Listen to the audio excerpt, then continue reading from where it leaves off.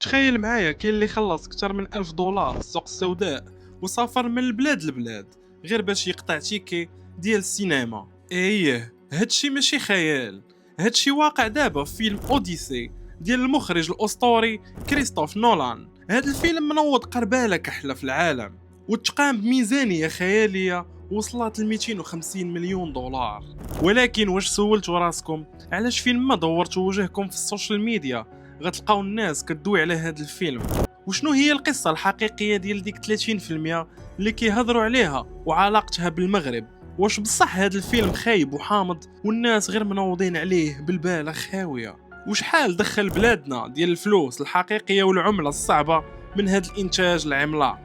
في هذا الفيديو غنعطيكم كاع الاسرار من كواليس التصوير في المغرب حتى الصراع السياسي اللي شعل بسببه في الصحراء. دير لايك وتبع معايا حتى الاخر حيت كاين شي معلومات غادي تصدمكم. اول حاجه خاصنا نعرفوها هي هاد البوز كامل منين جاي. كريستوفر نولان معروف عليه كيكره حاجه اسمها شاشه خضراء ومؤثرات ديال الكمبيوتر او CGI. في هاد الفيلم الراجل بنى سفن حقيقيه من الخشب وهبطها للبحر وسط العواصف وصور فيلم كامل بالكاميرات الاي ماكس حقيقيه شريط 70 ملم.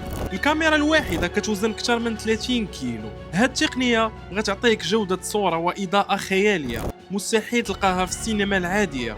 ولكن فين كاين المشكل؟ المشكل هو ان هاد القاعات اللي كتخدم بهاد التقنيه الكلاسيكيه قليله بزاف في العالم، غير 41 قاعه اللي باقا خدامه بها، وبطبيعه الحال ما كايناش في المغرب.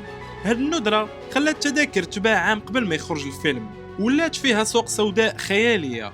أما بخصوص واش الفيلم خايب، صراحة النقاد انقسموا، كاين اللي قال هادي تحفة بصرية وكاين اللي شافوا فيلم عملاق ولكن بلا روح وعاطفة.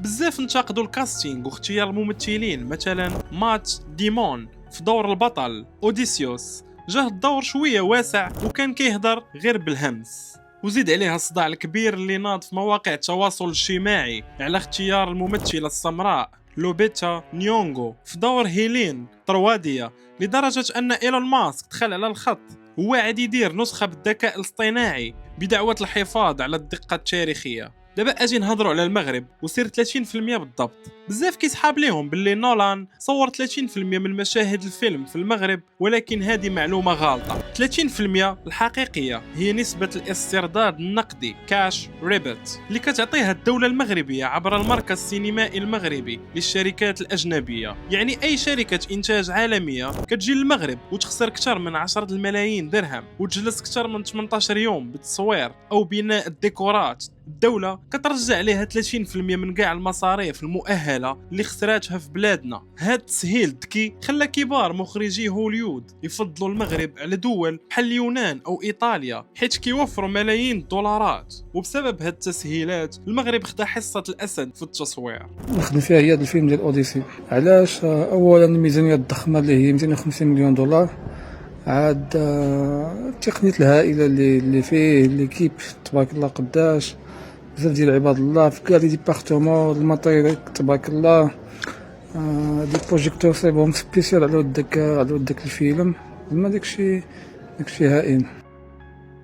قصبة ايت بن حدو التاريخية حدا ورزازات تحولات المدينة طروادة الأسطورية المحترقة وبناو فيها ديكورات خشبية ومعابد عملاقة. شواطئ الصويرة استعملات لتصوير حصان طروادة الضخم وبداية رحلة الإبحار، وهبطوا حتى للداخلة وبالضبط منطقة الكتبان البيضاء باش يصوروا مشاهد تيه والضياع في وسط رمال الصحراء الساحرة. ولكن هاد التصوير في منطقة الداخلة في أقاليم الجنوبية ما جاش ساهل ونوض حرب سياسية دبلوماسية كبيرة وراء الكواليس. جهات مدافعة على جبهة البوليزاريو ومعها مخرجين وفنانين عالميين بحال الممثل الإسباني الحائز على الأوسكار خافيير بارديم والمخرج بيدور المودوبار شنوا حملة دولية لإيقاعة الفيلم. قالوا باللي نولان صور في منطقة متنازع عليها وبلا موافقة الساكنة المحلية، واعتبروا أن هادشي كيعطي شرعية للاحتلال المغربي للمنطقة. ولكن في المقابل المغرب اعتبر هذه الخطة انتصار دبلوماسي وثقافي كبير كيرسخ مغربية الصحراء في الساحة الدولية. هذا الاستثمار السينمائي جا مستفيد من الاعتراف الأمريكي بسيادة المغرب على الصحراء في أواخر 2022، الشيء اللي شجع الاستديوهات الأمريكية تخدم تما بكل حرية قانونية. وشفنا حتى وزير الثقافة المغربي محمد مهدي بن سعيدة مشى لموقع التصوير في الداخلة وتصور مع كريستوفر نولان باش يروج للمنطقة كقطب سينمائي وسياحي عالمي.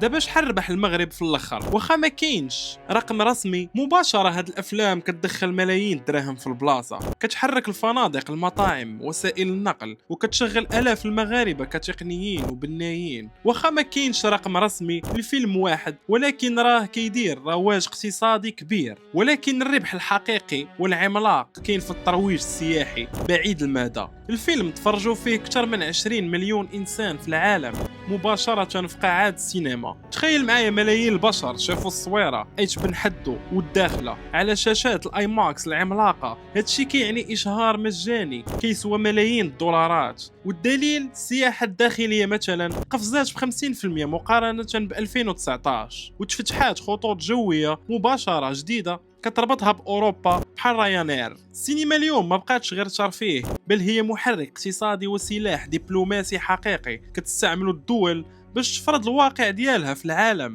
قولوا لي في التعليقات واش كيبان لكم هذا الاستثمار السينمائي كافي باش يعرف بالمغرب عالميا؟ وشنو رايكم في قرارات نولان؟ ما تنساش تخليو لايك، تشاركوا في القناه وتبارطاجيو الفيديو. كان معكم ارابينو، تشاو تشاو.